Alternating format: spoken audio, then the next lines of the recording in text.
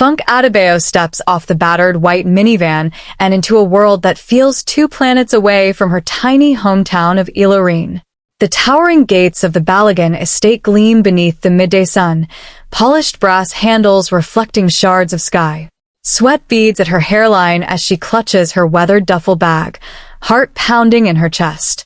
This is her chance to lift her elderly mother and younger siblings out of grinding poverty, and also to prove, once and for all, that her life is more than a series of thank yous and pitted glances. The driver, a lanky man in a crisp uniform, ushers her up a winding driveway flanked by sculpted hedges. Stingy air conditioning wafts through a half-open door of the mansion before she even knocks. When she presses her knuckles to the carved oak, her pulse hammers in her throat.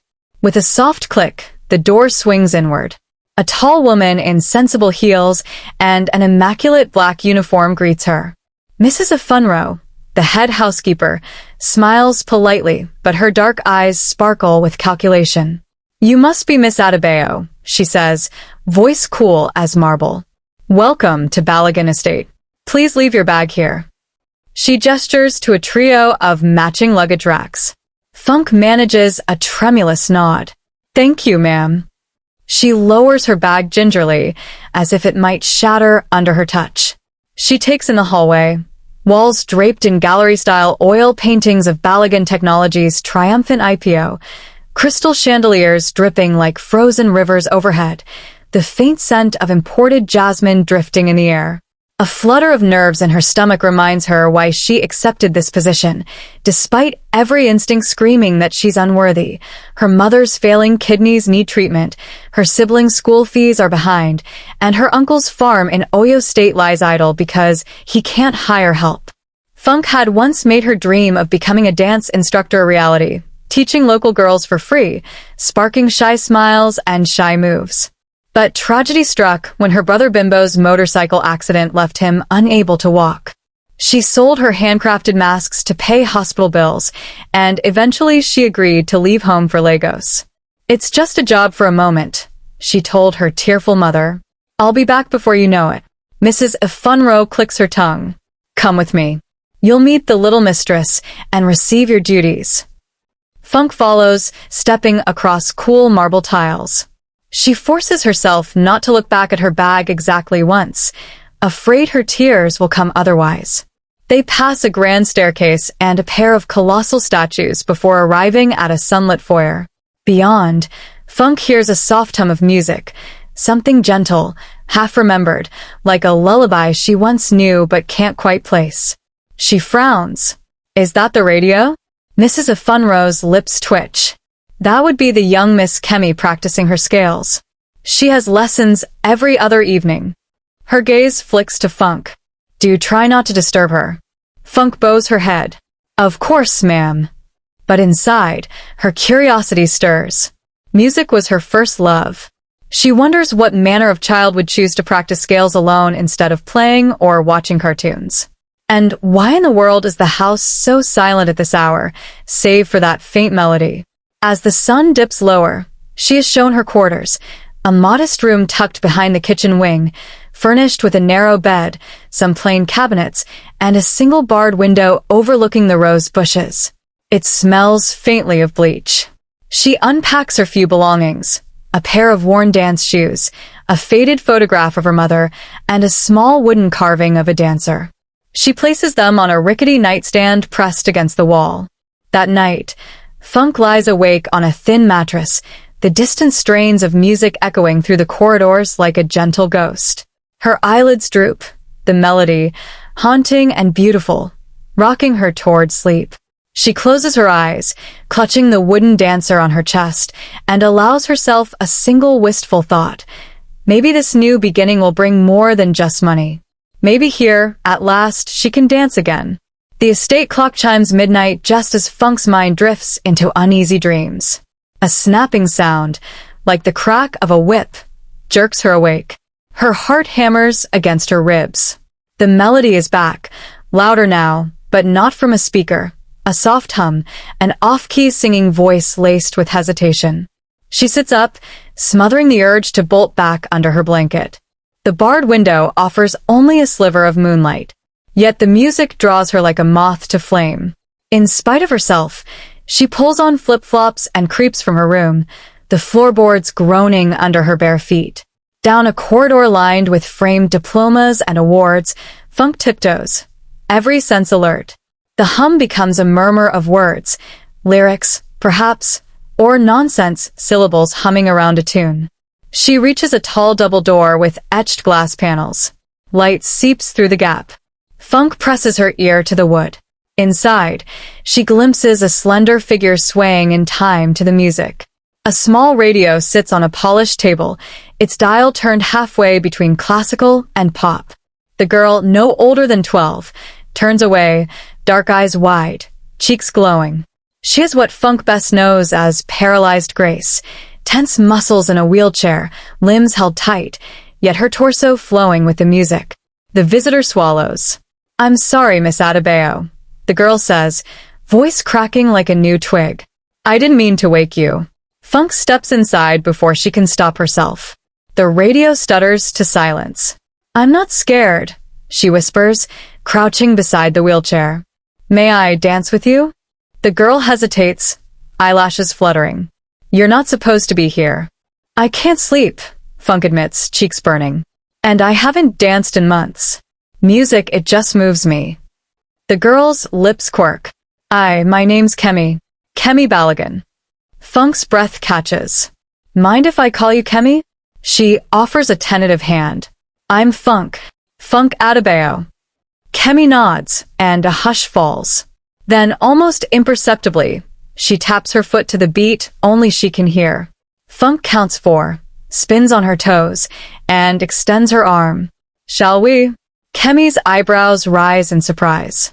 After a heartbeat, she places her small hand in Funk's. They move in slow circles across the marble floor, Funk guiding, Kemi following, her wheelchair gliding as if on wings. The old radio crackles back to life, a gentle orchestral piece filling the room. For a moment, the weight of Funk's new job, her family's worries, the glaring wealth around her, all of it fades. There is only the rising of arms, the gentle laugh of a girl discovering freedom, and the soft click of a wheel turning in a graceful arc. But then a sharp cough echoes from the doorway. Funk stiffens. Outside stands Mrs. Afunro, arms crossed, lips pinched. "Miss Balagan, your schedule." Kemi's face falls. Funk pulls her hand back. "I'm sorry," she begins. Mrs. Afunro's gaze sweeps them both. "Lessons end at 8, not midnight. Tomorrow, Miss Adewale, you will adhere to the house rules." Funk bows her head. "Yes, ma'am." Kemi's fingers tighten around Funk's arm, and Funk offers a small, reassuring smile. Then she slips away into the shadows, the echo of music and tentative hope lingering in the air. That evening, the estate seems hollow without its late-night serenade. Funk arrives by the fountain in the garden at dusk, heart thudding with a mix of guilt and longing. Mama Titi's oversized hibiscus trees cast long shadows across the manicured lawn. Kemi wheels herself down the marble terrace, her silhouette a graceful slash against the fading orange sky. "Did you really think you could keep me out?" Kemi teases as Funk kneels down to eye level. She brushes a finger through the folds of Kemi's skirt. I missed dancing," Funk admits, smoothing her palms on her corda. "And I think you did too." Kemi's eyes sparkle. "Please teach me something new." Funk stands and extends her hand. "Promise me you won't tell anyone." "I promise." Kemi places her hand in Funk's. Together, they move onto the terrace tiles, the city's distant hum a low lullaby. Funk counts the beats beneath the moon's silver gaze. 1, 2, 3. Lift your arm, spin. Kemi's wheelchair spins in sync with Funk's pivot. The click of the wheels becomes their ballroom music. Funk steps close, guiding Kemi's torso with gentle firmness. They weave patterns across the open space, circles, diagonal steps, tiny hops. Every movement is a rebellion against caution, a silent affirmation that life holds more than boardroom crises and social propriety. Kemi laughs, a clear bell tone that echoes off the estate walls. Funk can't remember the last time she heard such joy. It warms her chest, urging her to give more. A quick dip here, a flourish there, Kemi's laughter rising in concentric waves. Then the floodlights on the terrace click on, bright as midday. Funk freezes. Kemi's smile falters. A tall figure steps out onto the stone balustrade. Adewale Balogun himself, cloak of a dark suit catching the glare of lights. His arms fold, jaw clenched. The music halts as abruptly as if someone pressed pause. Funk's heart hammers. "Oh no," she whispers. Kemi's hand grips hers until her knuckles blanch white. The moonlight catches the sharp line of Adewale's silhouette. For a heartbeat, nobody moves. Then Adewale's lips part. Adewale Balogun's heels echo across the terrace, each step a drumbeat of authority. "What is going on here?" His voice rumbles, controlled fury vibrating every word. Kemi shrinks in her wheelchair. Funk stands rooted, cheeks aflame. "Adewale." Kemi blurts, voice cracking. I asked her. She was teaching me a new step." "It's okay, Daddy." Adewale's gaze shifts from Kemi's pleading eyes to Funk's trembling frame. Funk swallows. "Mr. Balagan, I'm so sorry."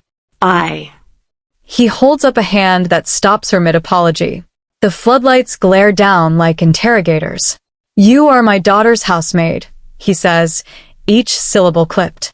"Your contracted hours do not include unscheduled dancing lessons at midnight, nor do they include trespassing onto private terraces."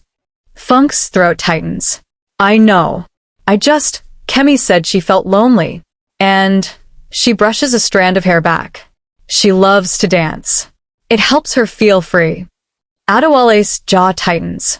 For an instant, his posture falters, and Funk catches a flicker of something, pain, regret, in his eyes. Then it disappears as quickly as it came. Mrs. Afunro appears at his elbow. "Sir, perhaps we should handle this in the morning." She inclines her head toward Funk. "You'll report to the kitchen for the rest of the night." Adewale nods curtly and turns away, the echo of his departure reverberating across the tiles. Funk rushes to Kemi. "Are you all right?" Kemi's lips tremble, but she nods. He loves me." He was surprised. Her hands fidget in her lap. "I shouldn't have asked you." Funk wipes at her eyes. "No, Kemi. You did the right thing. You deserve to dance." The only answer is the soft hum of the city beyond the walls. Funk helps Kemi back toward the house door, every step heavy with uncertainty. Will she still have a job in the morning? Will Adewale remember the light in his daughter's eyes? Sunlight filters through lace curtains as Funk scrubs pots in the kitchen before dawn. Her arms ache, and her back protests, but the day's work must go on. The estate staff bustle around her, chefs, gardeners, butlers, all moving in well-rehearsed choreography. Only Funk feels like a misstep waiting to happen.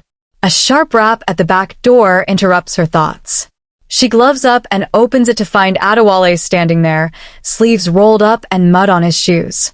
She freezes, heart lodged in her throat. He nods curtly. "Miss Adewale."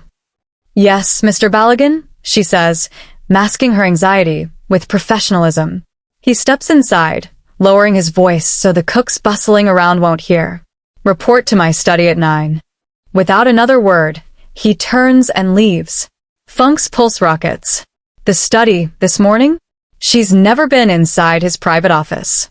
She glances at the antique wall clock. It reads 8:15. She has 45 minutes to compose herself, finish chores, and knock on the door of a man whose favor she now desperately needs. At precisely 9, she stands before a set of double doors carved with Balagan Technologies logo. She takes a breath and pushes them open. Inside, warm lamplight spills over leather-bound books, polished mahogany, and a single silver photo frame on the desk. Adewale with a woman in a wedding gown, arm around a bright-eyed child. He looks almost tender in the picture, and for a moment Funk's chest tightens with sympathy for the man's loss. Adewale stands behind his desk. "I've considered last night's events," he begins, voice measured. Funk squares her shoulders. "You broke 2 rules. First, you entered my daughter's quarters uninvited. Second, you performed an unsanctioned activity on the property. Under normal circumstances, I would terminate your contract. Funk's stomach twists into knots. I understand, sir. But... He cuts her off gently. But Kemi asked you for something precious. Time, attention, and understanding. Something I have failed to give her lately. His eyes meet hers. I need someone I can trust to look after her heart, beyond her physical needs. Someone with patience, warmth, and skill. Funk blinks. I thank you, sir. He nods. But the rules remain. No more midnight lessons without prior approval. Any more surprises, and I will have no choice but to reconsider. Funk exhales, relief flooding her limbs. I promise, sir. Thank you for giving me a chance. As she turns to leave, she catches Kemi's face peeking in from the doorway, eyes bright with hope. Funk offers a small, triumphant smile. For the first time since she arrived, she feels she might truly belong here, where her past pain and her dancing gifts converge to write a new story, one step at a time. Funk tiptoes into the grand foyer at dawn, clutching a stack of freshly laundered linens. She can still taste the echo of the previous night's tension, Adewale's rigid posture, Kemi's tremulous apology. The house is humming to life.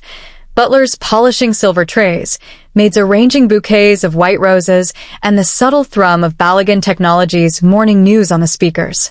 A soft click behind her makes her jump. She turns to find Kemi in a floral nightgown, hair mussed, eyes bright with determination. Miss Funk, she whispers, I need to talk to you. Funk's heart thumps. Kemi, you should be in breakfast with your tutor. I skipped, Kemi admits, stepping closer. I can't go back there and pretend nothing happened. Funk folds her arms. You did nothing wrong, but your lessons are important. Kemi's chin lifts, and so is standing up for people who help you. Her dark eyes glitter. Daddy was angry, but I won't let you lose your job. Funk's throat tightens. Kemi's shoulders square. I made a video. She pulls out a small device. Funk recognizes Adewale's smartphone. I recorded you teaching me last night. How you helped me feel brave again. I posted it to my account. She taps a few buttons. The screen shows the caption.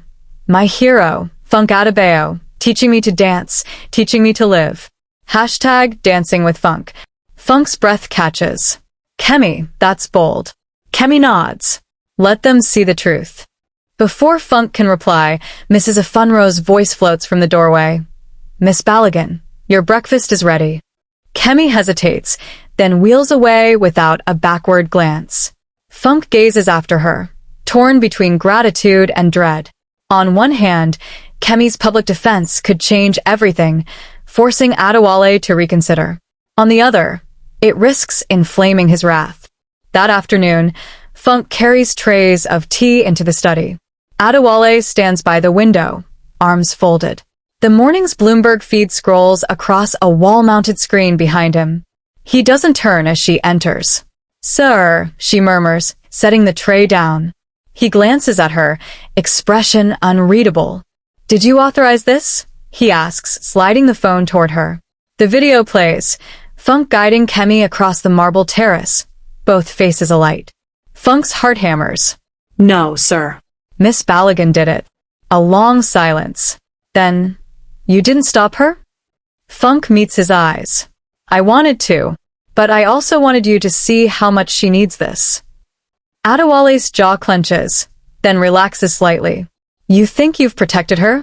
I think you need to see her happiness. Funk's voice is steady, and that sometimes rule-breaking can open your eyes. He turns away, staring at the skyline. After a breath, he nods once. You may continue her lessons, on one condition. Funk's pulse leaps. Anything, sir. Formalize it. Submit a lesson plan, schedule it through the proper channels, and hire an assistant if needed. No more surprises. Funk exhales. Yes, sir. A smile flickers on Adewale's lips, brief, almost shy. Good. Dismissed. As she leaves, Funk feels the tide turning. Kemi's defense has bought her a foothold, but the real work, winning Adewale's genuine trust, has only just begun. Funk paces the sunlit terrace with Kemi, lesson plans spread on a small table. The city's hum drifts upward, but here it feels suspended in a bubble of expectation. Funk points at her notebook. We'll start with posture drills, shoulders back, chin up. Then we'll move to basic spins. Kemi nods, determination on her face. I'll practice every day. Funk smiles. That's the spirit. They begin with plies, Funk guiding Kemi's torso, and will alignment. Kemi struggles at first, muscles straining, but Funk's calm voice and gentle hands coax grace from rigidity. Suddenly, footsteps echo on the marble. The balcony door opens, and Adewale steps out, hands in his pockets, eyebrows raised. Behind him stands a slender man in a tailored suit, his chief operations officer, Mrs. Afunro's sharp eyes behind wire-rimmed glasses. They watch in silence. Funk freezes. Sir. Adewale holds up a hand. Keep going. Funk resumes. She leads Kemi through a sequence of toe-heel shifts, then a tentative spin. Kemi's skirt flares, and her laughter rings out like wind chimes. When Kemi completes a clean rotation, even Funk claps. Adewale's lips twitch into what could be the first genuine smile she's seen. The COO steps forward, producing a tablet. He taps a few times, then looks back at Adewale. Sir, I ran analytics on the social feed. Engagement is off the charts, positive sentiment, supportive hashtags. If we pivot our brand positioning toward inclusive design, the numbers could double. Adewale nods slowly. Excellent work, Chike. To Funk, he says, you've not only taught Kemi to dance, you've shown us the power of empathy. I may need your help with an internal workshop on diversity and inclusion. Funk's eyes widen. I'd be honored, sir. The COO's glance flicks to Funk, impressed. In fact, we'd like you to draft a proposal. I'll have my office send you the template. As they depart, Kemi beams. See? You're more than just a housemaid. Funk's heart swells. We're a team. She wraps an arm around Kemi's shoulders. Now, let's get these spins perfect. Balagan Technologies' boardroom is a cathedral of glass and steel. Funk enters in simple slacks and a blouse, her lesson plan folder pressed to her chest. Beside her, the COO, Chike, guides her to a seat at the end of the long table. Executives in suits glance her way, curiosity rippling through the room. Adewale stands at the head of the table, remote in hand. Thank you all for coming. Today we're exploring the Balagan difference, how empathy drives innovation. He clicks the remote. The first slide glows, a photo of Funk guiding Kemi in dance. A murmur rises. The CFO, Alya Funke Kindly, clears her throat. Mr. Balagan, I respect the sentiment, but our Q2 projections are down 4%. We need cost-cutting, not dance therapy. Adewale's gaze narrows. I understand the concern, Funk, but ask yourself. When we demonstrate genuine care, we unlock loyalty among employees, clients, and communities. He gestures to Funk. This is Funk Adewale. She turned a viral moment into our strongest brand differentiator. An older board member, Chief Obinna, leans forward. We appreciate that, but are we deviating from our core competencies? He glances at the slide. Empathy is not equal to ROI.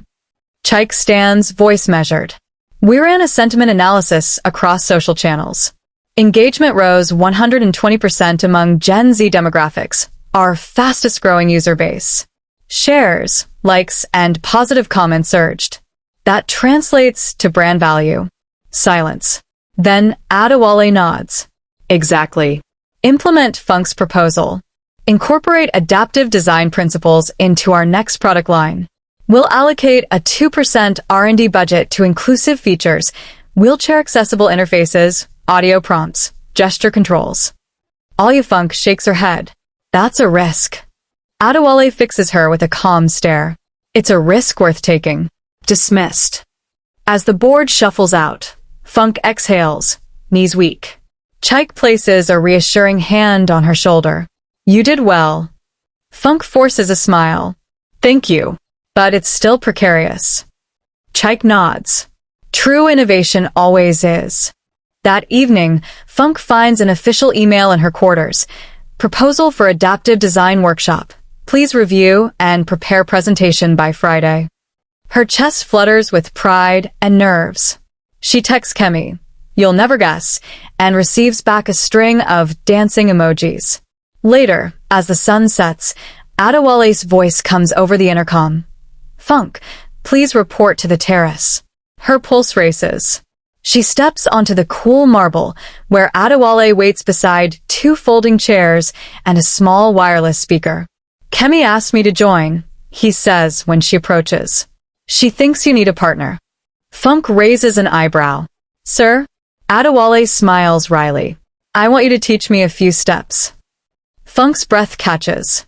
I don't." He holds out his hand. "Come on." Just a simple waltz. She glances at the empty chair opposite theirs. "You know, I usually start beginners with the box step." He steps forward. Then the box it is. With trembling fingers, Funke places his hand to her waist and sweeps his arm into hers. They shift weight. 1, 2, 3. Step, close, step.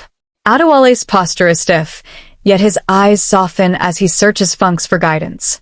After a few tries, they achieve a clumsy harmony, 2 strangers forging a bond through movement. Kemi watches from the doorway, cheeks glowing, hands clasped. As the final strains of music fade, Adewale releases Funke's hand. "Thank you," he murmurs, "for everything." Funke's heart leaps. "You're welcome, sir." Before she can gather her composure, Kemi wheels up. "That was beautiful." Adewale ruffles her hair. "I'd say we're ready for the gala rehearsal." Funke's eyes widen. "Gala?" Adewale glances at the horizon. "Yes. Next week at the annual charity ball. I want you and Kemi to perform, with me as your dance partner." Under a canvas of twinkling stars, the Balagan terrace transforms into a ballroom for the estate's private gala.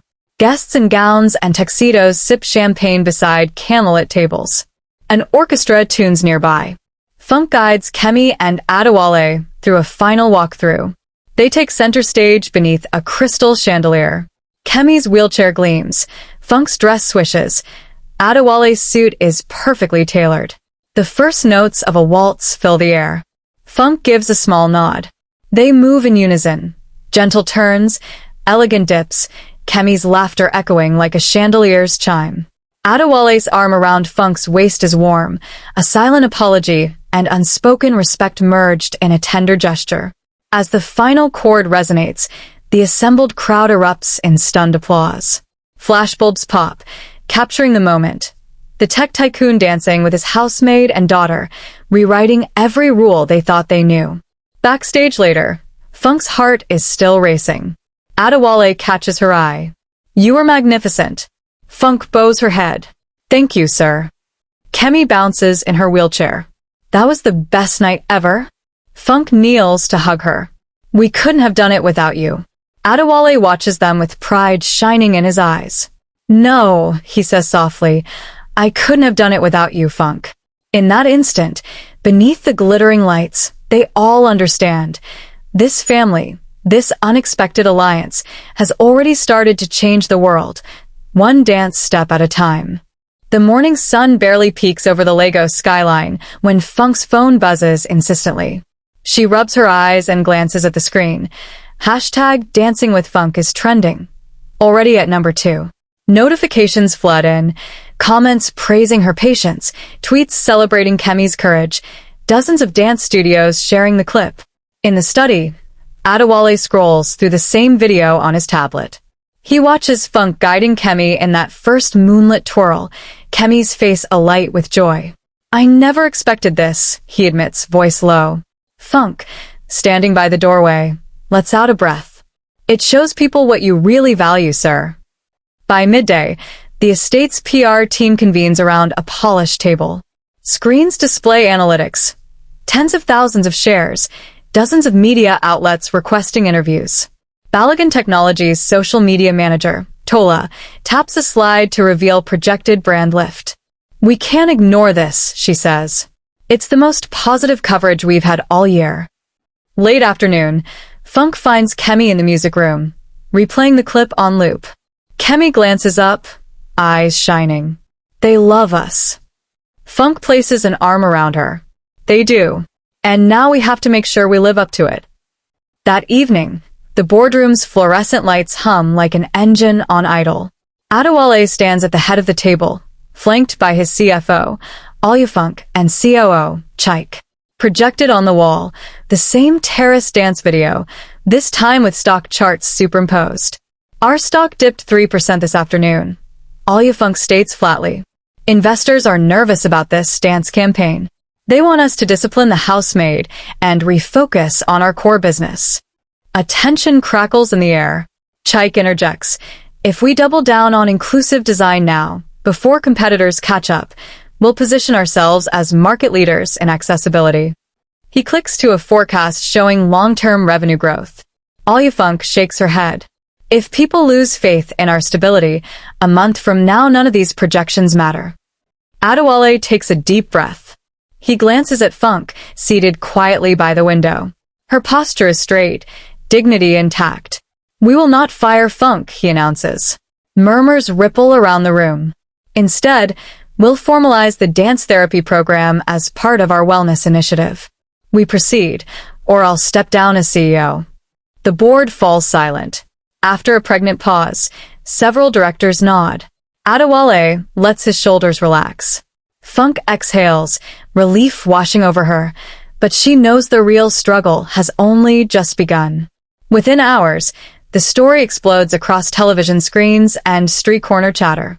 Tech tycoon's viral dance lesson blares the midday news. Bloggers dissect every frame. Local radio hosts spin remixes of Funk's laughter. Street vendors hawk t-shirts reading, "Dance like Kemi," while bus-riding youth hum the waltz. Funk is whisked into a live interview on Lagos's biggest morning show. Under bright studio lights, she smiles nervously as the host asks, "Did you ever imagine your midnight class would spark a movement?" Funk clears her throat. "It's not about me. It's about inclusion, hope, and letting every child dance." The audience erupts in applause. Meanwhile, social media challenges sprout overnight. Videos of people dancing with disabled friends, families learning adaptive steps. Even rival tech companies post sympathetic messages. Kemi watches on her tablet, eyes wide. "Look, Miss Funk, they're doing it too." Funk squeezes her hand. "This is bigger than us now." Back at the estate, Adewale reads messages from stakeholders praising his leadership. But not everyone is pleased. Tomorrow, his mother arrives, poised to test the strength of his convictions. A sleek black sedan pulls up to the ornate gate. Mama Titi Balagan steps out, Adewale's formidable mother, draped in geli and lace. Her gaze sweeps the terrace, where Funk and Kemi practice under lamplight. "So this is the dancer," she says, voice cool as marble. Funk straightens, glancing at Adewale's tense posture. In the study, over earthenware mugs of bitter tea, Mama Titi lays down her expectations. "You humiliated our family's reputation," she chides Adewale, folding her hands. "A tycoon does not dance on YouTube with a servant." She turns to Funk. "I expect you to resign by week's end." Adewale's jaw tightens. "Mother, Funk is not just a servant. She's the heart of this family. Her work has saved our brand." Mama Titi's lips curl. "You'll regret defying me." She rises, the leaf crack of lace punctuating her departure. Funk exhales, migraine sharp. Adewale places a hand on her shoulder. "I won't let her push you out." But she sees the line of worry between his brows, his loyalty to his mother warring with his newfound belief in Funk. That night, Funk lies awake, weighed down by Mama Titi's ultimatum. Tomorrow her contract ends. Around her, the silent room seems to press in. She fetches her phone and sees a message from Kemi. "We can't let them win." At dawn, Funk composes a video message in the garden. She speaks to every family who has felt excluded, every child longing to dance. She presses post. Instantly, notifications ignite. Hashtags like hashtag #StandWithFunk and hashtag #InclusiveDance trend globally. Former critics switch sides in a cascade of solidarity. Adewale bursts into her quarters minutes later, eyes ablaze. "You did what I would never have dared." He pulls her into an embrace. "They can't fire you now." Funke meets his gaze, resolve steady. "Neither can you fire me from your heart." Together, they step into the new day, undaunted, united, and ready to show the world that sometimes the fiercest dance is standing your ground. The grand ballroom of the Lagos International Convention Center shimmers under towering crystal chandeliers as guests in designer gowns and tailored tuxedos mingle over champagne flutes. Funke stands backstage beside Kemi, adjusting the hem of her flowing, pale blue dress, heart pounding like a drum. Through the velvet curtain, she sees Mama Titi perched in a front row seat, arms crossed in regal judgment. "Remember our routine?" Funke whispers, offering Kemi a reassuring smile. A hush falls as the orchestra's first notes swell. Funke steps onto the polished marble floor, guiding Kemi's wheelchair into position. Adewale, resplendent in a midnight blue suit, joins them, offering his hand to Funke. As they glide into the opening sequence, graceful turns, synchronized steps, and Kemi's radiant smile, the crowd gasps, then erupts into applause. Flashbulbs pop, capturing each flourish. Midway, Mama Titi's stoic expression softens into astonished delight, her hands lifting in unguarded applause. By the final bow, a standing ovation fills the hall. Dignitaries, donors, and celebrities rise to their feet, cheering for the trio that redefined elegance and inclusion. Backstage, Funke clutches Kemi's hand as they watch the audience's outpouring of admiration. "We did it," Kemi breathes. Funke's eyes glisten with tears. "We did." The next morning's headlines blaze across every Lagos newspaper. Tycoon's tearful apology sparks new era of inclusivity. At a packed press conference in the Balagan Foundation's modern atrium, Adewale stands at the podium, Kemi on one side and Funke on the other. He clears his throat, voice steadying with emotion. "Yesterday, I learned that true leadership isn't just about profit margins. It's about people," he begins, glancing at Funke. "Funke, thank you for teaching me that a father's love must be both firm and open-hearted." Reporters lean forward as Adewale's apology turns into a pledge. "Today, I formally apologize for my initial hesitation to embrace change." Effective immediately, the Balagan Foundation will commit $5 million annually to foster adaptive arts programs nationwide. Cameras flash wildly. Funke steps forward, offering her gratitude. "On behalf of every child who yearns to dance, thank you, sir." Kemi beams and waves at the press. Outside, supporters chant bravo and inclusion now. The moment cements Funke's journey from housemaid to changemaker and transforms Adewale from distant tycoon to compassionate father. 2 days later, Funke's phone rings with an unfamiliar London number. "Miss Adewale?" A courteous British accent asks. "This is Professor Harriet Montgomery from the Royal Academy of Dance. We'd like to offer Kemi a full scholarship and invite you to join our faculty." Funke's hand trembles around the handset. This is incredible," she whispers, tears welling. Adewale listens from the doorway, pride flickering across his face. "Go," he tells Funke gently. "They need you just as much as we do." Funke exhales, glancing at Kemi, whose eyes are bright with excitement and uncertainty. But it means leaving Lagos. Funke trails off. Adewale steps forward, placing a firm hand on her shoulder. "We'll make it work. Flights, accommodations, everything." Within the week, letters of acceptance arrive. Funke packs her dance shoes and lesson plans alongside Kemi's wheelchair cushions and favorite music. She calls her mother in Ilorin. "Mama, your daughter's dream is coming true." Under the Balagan Foundation banner, Funke launches the first adaptive dance workshop at the National Theatre. Dozens of children with varying abilities fill the studio, some on wheelchairs, others with crutches or hearing aids. Funke stands before them, staff and volunteers at her side. She raises both arms. "Are you ready to dance?" A chorus of eager yes fills the room. The workshop begins with warm-ups adapted for everybody. Kemi leads a small group through seated plies, her confidence radiant. Parents and onlookers gather at the glass walls, recording videos on their phones. Journalists from the state broadcasters stream live. The studio floor becomes a stage for transformation. As Funke guides a boy who's never walked beyond his front porch, tears spring in his mother's eyes. "Thank you," she whispers. Adewale watches from the gallery upstairs, overcome with emotion. The foundation's first milestone, dozens of new smiles, fresh dreams, a ripple of change spreading across Lagos and beyond. 2 years later, Funke stands at the grand opening of the Grace Center, her own inclusive dance academy. The ribbon-cutting ceremony is attended by dignitaries, press, and a crowd of students in bright uniforms. Kemi, now a poised teenager, leads the center's inaugural class, her wheelchair choreographed into intricate patterns alongside standing dancers. Funke watches from the platform as Adewale places a supportive arm around her waist. He leans in, voice low. "You built this." Funke smiles, eyes shining. "We built this together." As the ribbon is cut, music swells and dancers flood onto the floor. The crowd erupts into cheers. Parents hug, children spin, and Funke catches sight of Mama Titi wiping tears from her eyes, a proud matriarch embracing progress. From a hesitant midnight waltz to a national movement, Funke's journey has rewritten expectations and opened doors for thousands.